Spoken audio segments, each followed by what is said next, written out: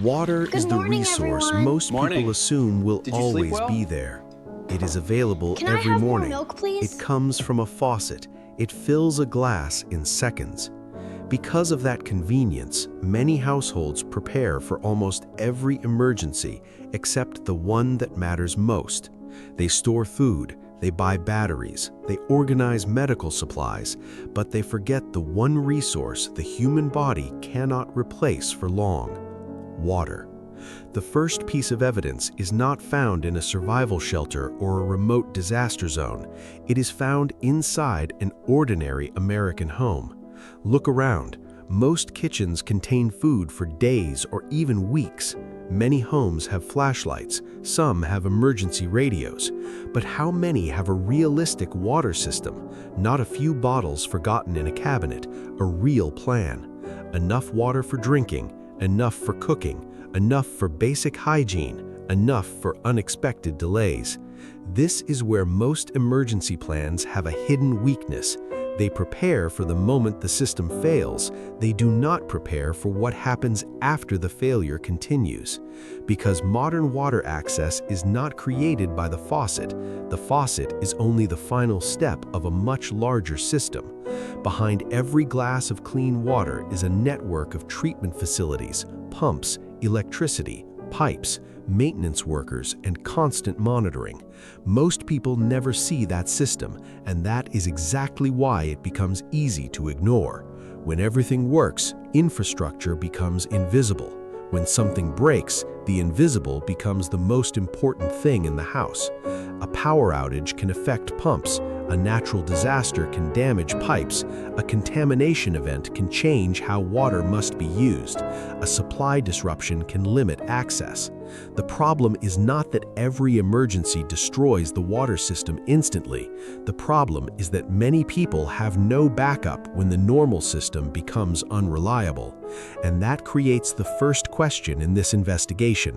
Why do people prepare months of food storage but only prepare a few days of water? The answer reveals something important about human behavior. Food is visible. Water infrastructure is not. People see empty shelves. They do not see the complex network behind a working faucet. They see a refrigerator full of food. They do not see the electricity required to move, process, and maintain the systems that support daily life. That is why water preparation begins with understanding dependence, not fear, not panic, dependence. Every household depends on systems. The question is which systems you can support yourself when one of them stops working. If you want more dark survival files like this, subscribe now. Leave a like so this reaches the people who need it, and comment which survival system should be investigated next. The second piece of evidence is the amount of water people actually need. Many people hear emergency water recommendations and immediately think about one number, but water needs are not identical for every household. A person living in a cold environment has different needs than someone dealing with extreme heat. A family of 5 has different needs than a single person. Someone with medical requirements has different needs than someone without them. Pets create another responsibility. Water is not only for drinking, it supports cooking, cleaning, hygiene, medical situations, food preparation. That means a realistic water plan starts with a realistic household assessment. Who depends on this water? How long could outside access be interrupted? What conditions would make the need increase? What resources already exist? Preparedness is not about copying someone else's number. It is about understanding your own situation. This is where many people make their first mistake. They buy a few cases of bottled water and assume the problem is solved. But bottled water is only one layer. It provides immediate access. It does not create a complete system.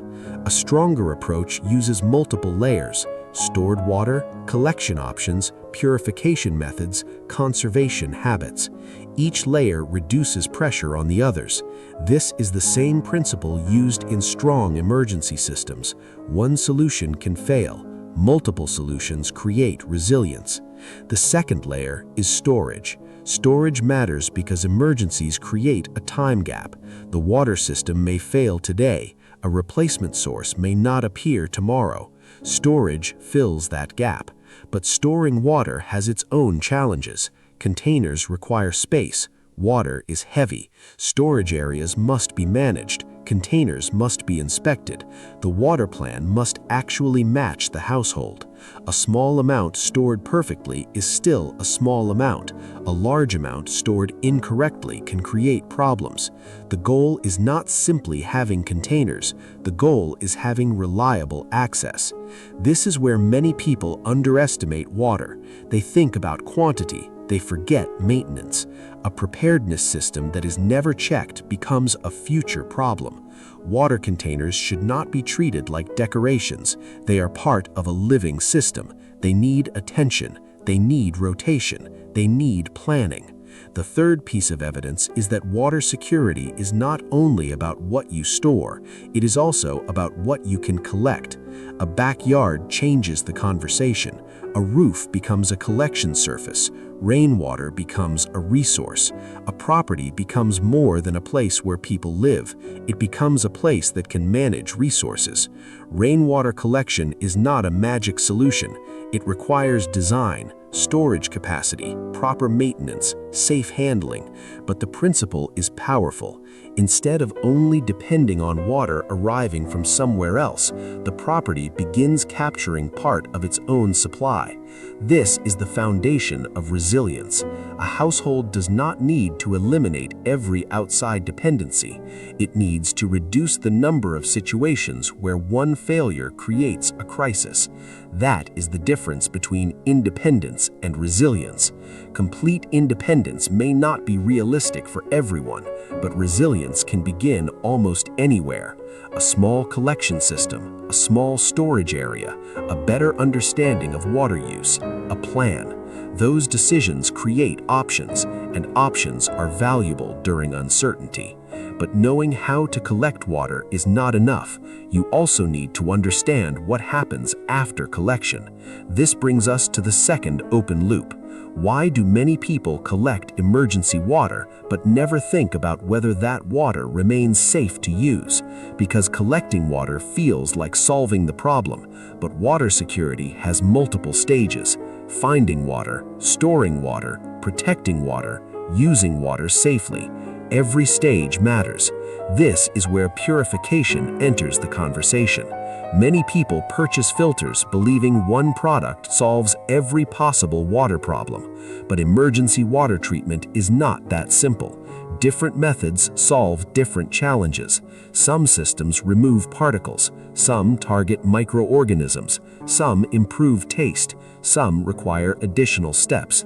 The important skill is understanding limitations. A tool is only useful when the person using it understands what it can and cannot do. This principle applies across preparedness. A generator without fuel is not a power system. A flashlight without batteries is not a lighting system. A filter without knowledge is not a water system. The equipment matters. The understanding behind the equipment matters more. Preparation is not only about surviving a crisis, it is about building systems that help you become more resilient before that crisis happens. The self-sufficient backyard is a practical guide for food production, water, preservation, energy solutions, and off-grid projects for small properties. If you want to explore these systems, use the link in the description or the pinned comment. Now, back to the file. This brings us back to where we started. The water you are not storing is not only a missing supply, it is a missing strategy. Most households think about emergencies as isolated events, a storm, a blackout, a disaster. But real emergencies are often a chain reaction. One system affects another. Power affects water. Water affects food. Food affects health. Health affects decision-making. That is why strong preparation is built around systems instead of objects.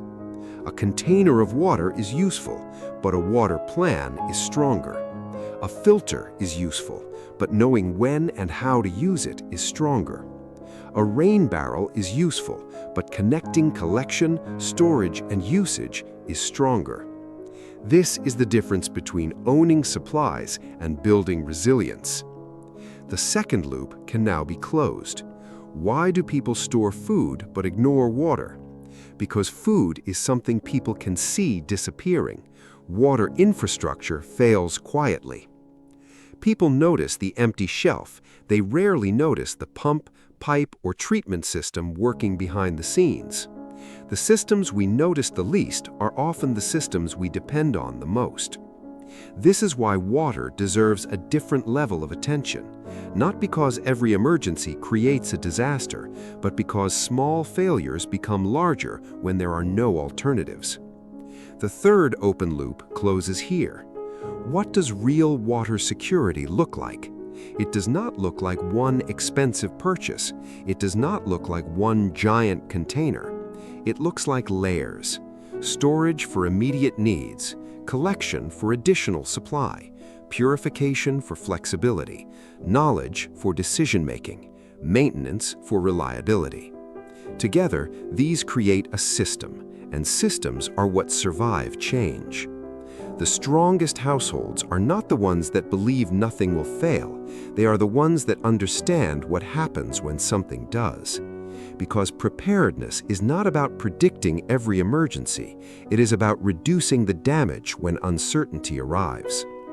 Water is the clearest example. You can survive with less equipment. You can adapt without perfect conditions, but you cannot replace the need for clean water. That is why the most important water decision is not made when the faucet stops working. It is made while the faucet still works. The ancient record goes silent here, but the lesson remains. The resources that protect you tomorrow are usually the ones you understand today. Water is not just another supply. It is the foundation that allows every other preparation to function.